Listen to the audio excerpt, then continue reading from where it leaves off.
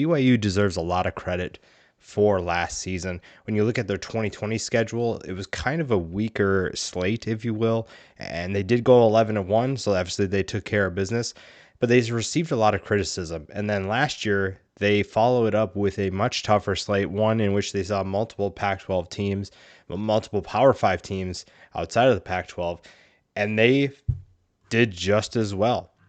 They went 10-3, so they lost two more games, but they almost won the same amount of games.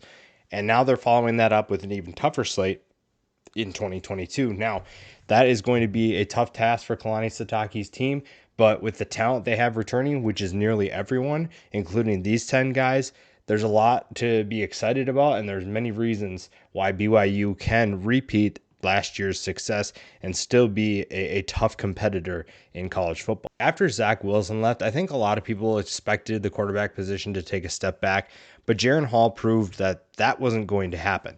This is going to be a team that's going to have good quarterback play, and he's going to take a step forward this year as well. Last year was his first year as a starter. Nearly completed 64% of his passes, threw for over 2,500 yards, 20 touchdowns to just 5 interceptions is a good ratio. He also rushed for 307 yards and 3 scores, so the dual threat ability is there. That's going to be exciting for this offense. I think that's huge for an offense that is, going through a kind of unfamiliar time for a lot of programs, but for BYU, they return nearly everybody on offense. And they get a couple people in the transfer portal. We'll talk about one of them here in a little bit.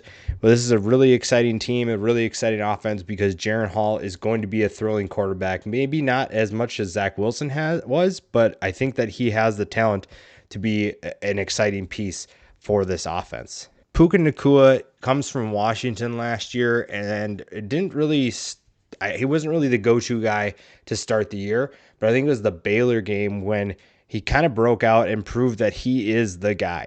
And now we'll look at a couple other options that are going to be solid options. They will push him for that top spot. But after last year, 805 yards, he averaged 18.7 yards per catch. So definitely an explosive playmaker for the Cougars.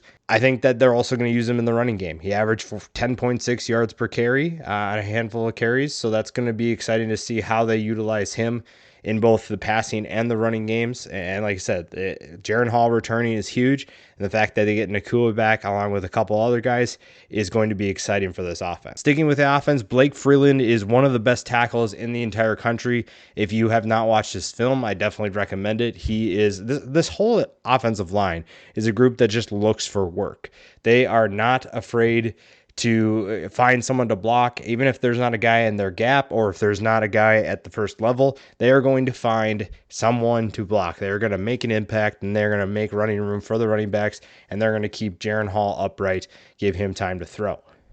Freeland is one of those guys. Now, when we're talking about next year's draft, I think you're going to see him rise up draft boards pretty quickly. Maybe not right away right now, but he's definitely a guy that's going to have another strong season, and that's going to help him move up. Peyton Wilgar is one of many linebackers that we can talk about. And now you look at last year, there's 3 guys that kind of went in and out of the lineup, and that's going to be something to pay attention to this year, because the health of the defense is a huge component of what BYU is going to be able to do, especially against a tougher schedule. You're going to need guys healthy. You're going to need your starters healthy. And a lot of these guys are leaders too. So sometimes when you have new guys in, they can still play. But when you have tough times, you really want your leaders to be there.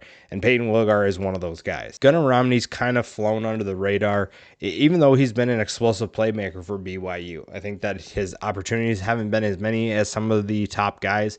But he is going to have a year that's going to be kind of on pace with what Jaren Hall is able to do. If he's able to elevate, that means more opportunities for Puake Niku and Gunnar Romney. Romney averaged 17.5 yards per catch. That's right behind Niku, and that's also explosive. That's very good for a wide receiver. That means you have a big play threat on both sides of the offense, if you will, on both outside receivers positions. You're going to see that they're going to test defenses deep. They're going to stretch them vertically, and that's going to open things up underneath, which is huge for both the running game and for guys like the next guy. And when we're talking about underneath, Isaac Rex is the perfect example of what we're looking for underneath. Now, Isaac is not going to beat guys deep very often. He's not going to be that explosive playmaker because that's not his role. Gunnar Romney and Puake Niku are going to be the deep threats, and Isaac Rex is going to be, assuming that he's healthy, he's going to be that underneath guy that it picks up a first down. He averaged almost 11 yards per catch, and that was in limited time. If he recovers to 100%, I really like his versatility in the offense in terms of where they can utilize him, whether that's as a blocker or as a pass catcher. But I think when you're talking about pass catching, he's a reliable player, especially when you pick up those short yardage situations. He's going to be the guy that you probably look for. Very strong at the catch point, and someone who has strong hands where it's not going to be a ball that's batted down because his hands aren't strong enough. He has the ability to do that. And I think Jaren Hall is really going to like a healthy Isaac Rex in that offense. Christopher Brooks is an interesting transfer for BYU. They lose Tyler Algier, and that's a huge loss for them. But Christopher Brooks at Cal, 607 yards, 5.2 yards per carry, and 4 touchdowns. He also added a few catches and was proved to be a little reliable as a pass catcher. So that's another weapon to utilize in this offense.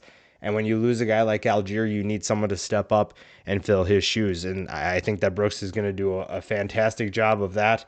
And he's going to have a better chance of being productive and successful with BYU than he was at Cal. Cal, it's hard to win at Cal. It really is. And it's hard to be successful.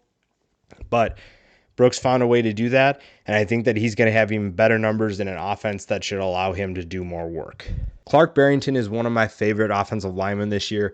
Again, I talked about how guys look for work and they're looking for someone to block. Clark Barrington is another guy that fits that description. Now, he may not be on everybody's radar. He's not going to be a guy that everyone's talking about right now, but he is talented enough where he deserves to be. He's going to be right next to Blake Freeland, and that gives BYU probably the best left side of their offensive line, maybe in the entire country. There's two guys that are their ability to find work, also to be able to create openings for their running backs and protect Jaren Hall's backside is huge. And a good offensive line is going to get you pretty far, and BYU minus center is pretty much set. Tyler Batty is another guy on the defensive line. Really is going to have to step up with, the defensive line is one of the groups that's going to benefit from having a talented group of linebackers behind them. But they also have talent themselves. Batty is one of those guys, 43 tackles, 7 tackles for loss, and 3.5 sacks. To be able to command the edge is going to be huge, especially against the offenses that they're going to face. They're going to face quarterbacks that like to get out and run, and they're also playing explosive offenses.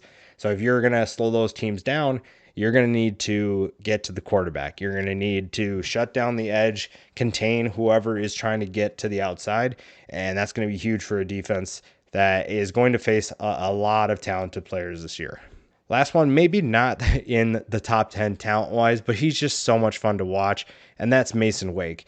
The fullback, H-back, tight end type is a highlight reel waiting to happen. His hurdles have been phenomenal to watch. They're super entertaining, and when you look at the frame that he's working with, it makes them even more impressive because he's able to hurdle the guys that are about his size, and he somehow jumps over them. It's really fun to watch.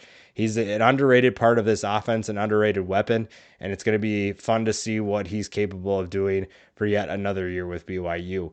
And that's going to be a big key is, can this offense put up enough points to keep up with some of those offenses I mentioned before, those explosive offenses they'll face this year? Can the defense step up and improve from last year?